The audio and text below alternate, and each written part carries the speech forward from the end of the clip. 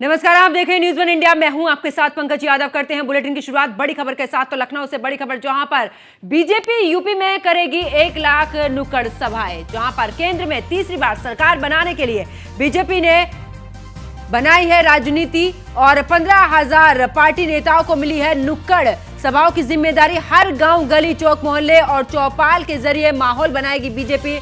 नुक्कड़ सभा करने वाले नेता और पदाधिकारियों को पार्टी इस दौरान मुद्दे बताएगी और साथ ही विधायक, मेयर, जिला पंचायत अध्यक्ष, नगर पालिका और नगर पंचायत के चेयरमैन भी सभा में इस दौरान लगाए गए हैं। 150 से 200 लोगों के बीच छोटी छोटी सभाएं कर बीजेपी बताएगी इस दौरान उपलब्धियां। और राम मंदिर निर्माण को लेकर भी बड़े पैमाने पर बीजेपी लोगों तक पहुंचाएगी बात। तो बड़ी खबर आपको बता रहे, जहां पर लखनऊ से अगर बात की जाए तो बीजेपी यूपी में करेगी 1 लाख नुक्कड़ सभाएं। और इस दौरान बात की जाए तो 1 लाख नुक्कड़ सभाएं बीजेपी की तरफ से, और इसको लेकर खास जिम्मेदारी भी दी गई है। केंद्र में तीसरी बार सरकार बनाने के लिए बीजेपी ने इस दौरान रणनीति बनाई है। और साथ ही बता दें कि 15,000 पार्टी नेताओं को मिली है नुक्कड़ सभाओं की जिम्मेदारी। इतना ही नहीं, इस दौरान हर गांव, गली, चौक, मोहल्ले और चौपाल के जरिए माहौल बनाएगी बीजेपी। इसके अलावा नुक्कड़ सभा करने वाले नेता और पदाधिकारियों को पार्टी बता रही है मुद्दे कि आखिरकार किन किन मुद्दों को लेकर ये नुक्कड़ सभाएं होंगी। विधायक, मेयर, जिला पंचायत अध्यक्ष, नगर पालिका और नगर पंचायत के चेयरमैन भी सभा लगाएंगे। 150 से 200 लोगों के बीच छोटी छोटी सभाएं कर बीजेपी बताएगी उपलब्धियां। तो बड़ी खबर इसी के साथ में राम मंदिर निर्माण को लेकर भी बड़े पैमाने पर बीजेपी लोगों तक पहुंचाएगी अपनी बात। तो इस वक्त की बड़ी खबर, जहां पर बीजेपी यूपी में करेगी 1 लाख नुक्कड़ सभाएं। इन सभाओं की लेकर अगर बात करें तो केंद्र में तीसरी बार सरकार बनाने के लिए बीजेपी ने बनाई है रणनीति। और इस रणनीति के तहत आपको बता दें कि 15,000 पार्टी नेताओं को मिली है नुक्कड़ सभाओं की जिम्मेदारी। और साथ ही हर गांव, गली, चौक, मोहल्ले, चौपाल के जरिए माहौल बनाएगी बीजेपी। और साथ ही नुक्कड़ सभा करने वाले नेता और पदाधिकारियों को भी पार्टी बता रही है मुद्दे की आखिरकार किन मुद्दों को लेकर नुक्कड़ सभाएं करी जाएंगी। विधायक, मेयर, जिला पंचायत अध्यक्ष, नगर पालिका और नगर पंचायत के चेयरमैन भी इस दौरान सभा लगाएंगे। 150 से 200 लोगों के बीच में छोटी सभाएं कर बीजेपी इस दौरान अपनी उपलब्धियां भी गिनवाएगी।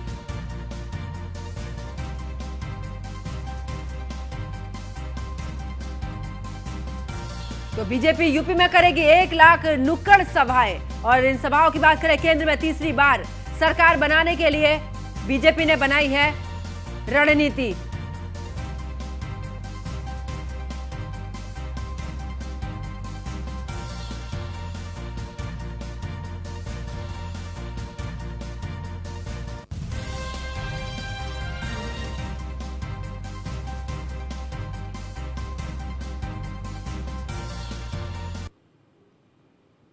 और ज्यादा जानकारी के साथ हमारे संवाददाता अश्वनी हमारे साथ में लाइव जुड़ चुके हैं। अश्वनी, अगर बात करें तो बीजेपी की तरफ से खास रणनीति, यानी कि अब नुक्कड़ सभाएं बीजेपी की तरफ से पूरे तरीके से 80 लोकसभा सीटों पर सीधा लक्ष्य बीजेपी का। बिल्कुल, पूरे देश में चुनावी माहौल बन चुका है। पहले फेज की वोटिंग अगले कुछ दिनों में होनी है और कहीं ना कहीं इसी को लेकर के रणनीति एक बार फिर भारतीय जनता पार्टी ने तैयार की है। हालांकि हर चुनाव में नई रणनीति के साथ भारतीय जनता पार्टी आती है। देखा गया था इससे पहले चाय पर चर्चा की, तिरंगा यात्रा की और अब नुक्कड़ सभाएं करने आ रही है। ये छोटे छोटे कार्यक्रम करके कहीं ना कहीं भारतीय जनता पार्टी जनता को अपने साथ जोड़ने का काम करती है। उसी का फायदा जब चुनाव होता है, वोट होते हैं तो उसको मिलता है। और निश्चित तौर पर अब बात करें अगर भारतीय जनता पार्टी की, तो उत्तर प्रदेश के अंदर भारतीय जनता पार्टी 1 लाख जो है नुक्कड़ सभाएं करने जा रही। इसको लेकर के बाकायदा रोड मैप तैयार कर लिया गया। 15,000 जो पार्टी के पदाधिकारी, वर्कर्स हैं, वो इस कार्यक्रम में लगाए जाएंगे और जो गली, मोहल्ले, गांव-गांव जाकर के नुक्कड़ सभाओं को में शामिल होंगे, उनको संबोधित करेंगे और कहीं ना कहीं बताएंगे कि उत्तर प्रदेश सरकार ने क्या कुछ किया अपने कार्यकाल में और साथ ही साथ केंद्र सरकार ने पिछले 2 कार्यकालों में क्या किया। तो निश्चित तौर पर कहीं ना कहीं जो उपलब्धियां हैं भारतीय जनता पार्टी सरकार की, वो कहीं ना कहीं गिनाने की कोशिश जो है की जाएगी और इसी को लेकर के बाकायदा पूरी रोड मैप तैयार किया गया है। इस कार्यक्रम के लिए विधायक चाहे सांसद हो या फिर जो मेयर है या जिला पंचायत अध्यक्ष है या फिर नगर पंचायत अध्यक्ष है, नगर पालिका अध्यक्ष है, सभी को लगाया गया है और सभी लोग अपने अपने क्षेत्र में जाकर के जनता से संवाद करेंगे। जनता को कहीं ना कहीं भारतीय जनता पार्टी की सरकार की जो खूबियां हैं वो बताएंगे, किस तरीके से कानून व्यवस्था को उत्तर प्रदेश में बेहतर करने के लिए कार्य किया गया, इन चीजों पर चर्चा करेंगे। साथ ही साथ सबसे बड़ा फोकस जो होगा वो राम मंदिर को लेकर के होगा, क्योंकि राम मंदिर कहीं ना कहीं भारतीय जनता पार्टी के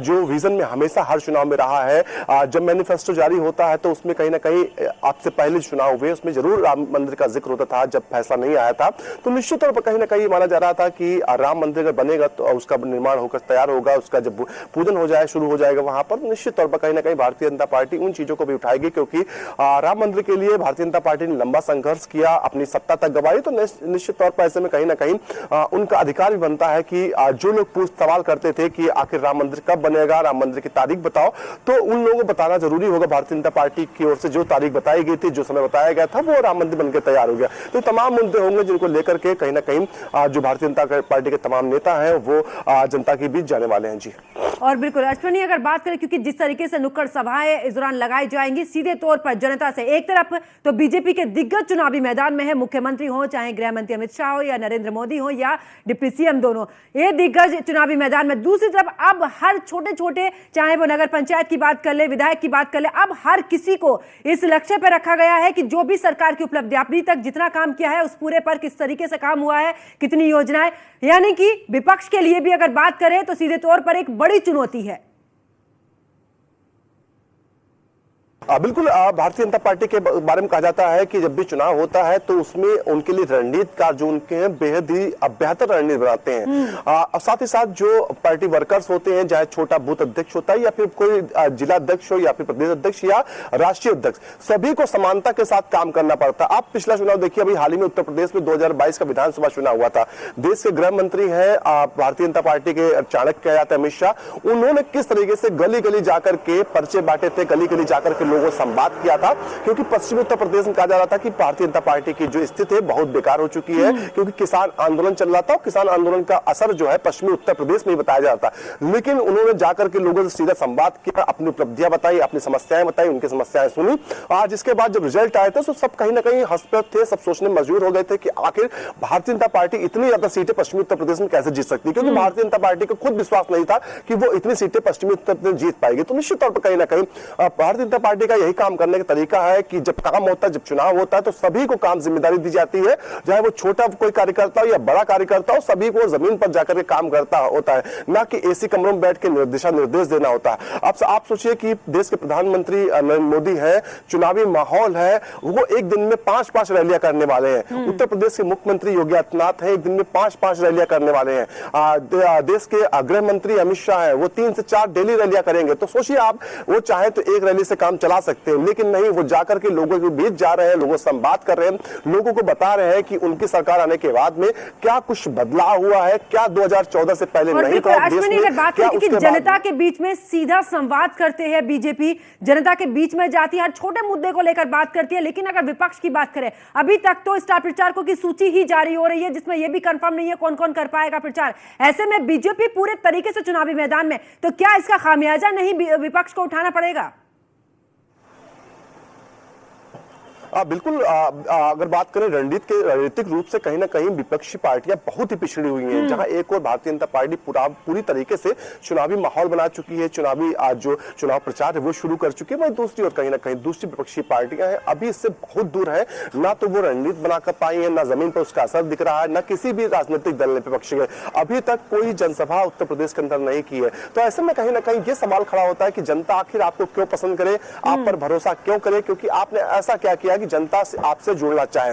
एक और देखें तो दूसरी ओर भारतीय जनता पार्टी की बात करें, प्रधानमंत्री ने मेरठ से चुनावी आगाज की, आज गृह मंत्री का दौरा है उत्तर प्रदेश का, राजनाथ सिंह खुद लगातार संपर्क में उत्तर प्रदेश के तमाम जिलों के हैं, मुख्यमंत्री योगी आदित्यनाथ लगातार दौरे कर रहे हैं, उत्तर प्रदेश के दोनों डिप्टी सीएम अलग अलग जिलों में जा रहे हैं, प्रदेश अध्यक्ष भारतीय जनता पार्टी को उनको अलग जिले की जिम्मेदारी देगी। तो सोचिए किस तरीके से चुनावी प्रचार चल रहा है, मतलब बैक टू बैक कोई ना कोई हर जिले में प्रतिदिन रहेगा जहां पर पहले फेज का चुनाव होने वाला है। तो ऐसे में कहीं आप समझिए किस तरीके से भारतीय जनता पार्टी रणनीति बना रही है। वही समाजवादी पार्टी की बात करें या फिर कांग्रेस की बात करें, बसपा की बात करें, अभी जमीन पर उतर के उन्होंने काम करना तक नहीं शुरू किया, सिर्फ और सिर्फ चुनावी जो ढकोसले होते हैं वो तरीके से हैं उन पर काम कर रहे हैं, ऑफिस में बैठ कर रणनीति तैयार कर रहे हैं। जमीन पर उतरना पड़ता, चुनाव है तो आपको बाहर जाना पड़ेगा, आपको जनता से रूबरू होना पड़ेगा, जनता से संवाद करना पड़ेगा, और जितना देर करेंगे उतना नुकसान ज्यादा होता है। तो निश्चित तौर पर कहीं ना कहीं यह माना जाए कि रणनीतिक तौर पर जो है भारतीय जनता पार्टी बाकी बाकी पार्टियों और से अश्विनी, काफी आगे इन चल नुक्कड़ रही। नाटक में हालांकि जिस तरीके से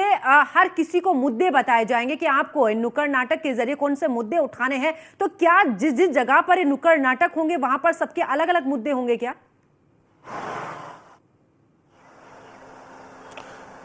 बिल्कुल, नुक्कड़ नाटक नहीं, नुक्कड़ सभाएं की जाएंगी। नुक्कड़ सभाओं में जो मुद्दे हैं वो सबके एक जैसे होंगे। कुछ जगहों पर होता है कि कहीं के पर लोकल मुद्दे जो होते हैं, जिले स्तर के मुद्दे होते हैं, जो काफी हावी होते हैं, जहां पर मान लीजिए कोई समाजवादी पार्टी का कोई नेता है या फिर कोई विधायक है जो कभी अपराधी प्रवृत्ति कर रहा हो या फिर उसका जो पिछला रिकॉर्ड अच्छा ना रहा हो, तो निश्चित तौर पर वहां पर वो मुद्दे जरूर उठाए जाएंगे कि आपको सरकार भारतीय जनता पार्टी की आई तो कितना सुधार हुआ इन चीजों में, कितना फायदा हुआ। तो निश्चित तौर पर कुछ जगहों पर मुद्दे जरूर अलग होंगे। बाकी सरकार के जो काम किया है, चाहे केंद्र सरकार चाहे उत्तर प्रदेश सरकार में, उन्हीं मुद्दों को लेकर के तमाम जो नेता है, जो पार्टी वर्कर्स हैं, वो जनता के बीच जाएंगे। जी।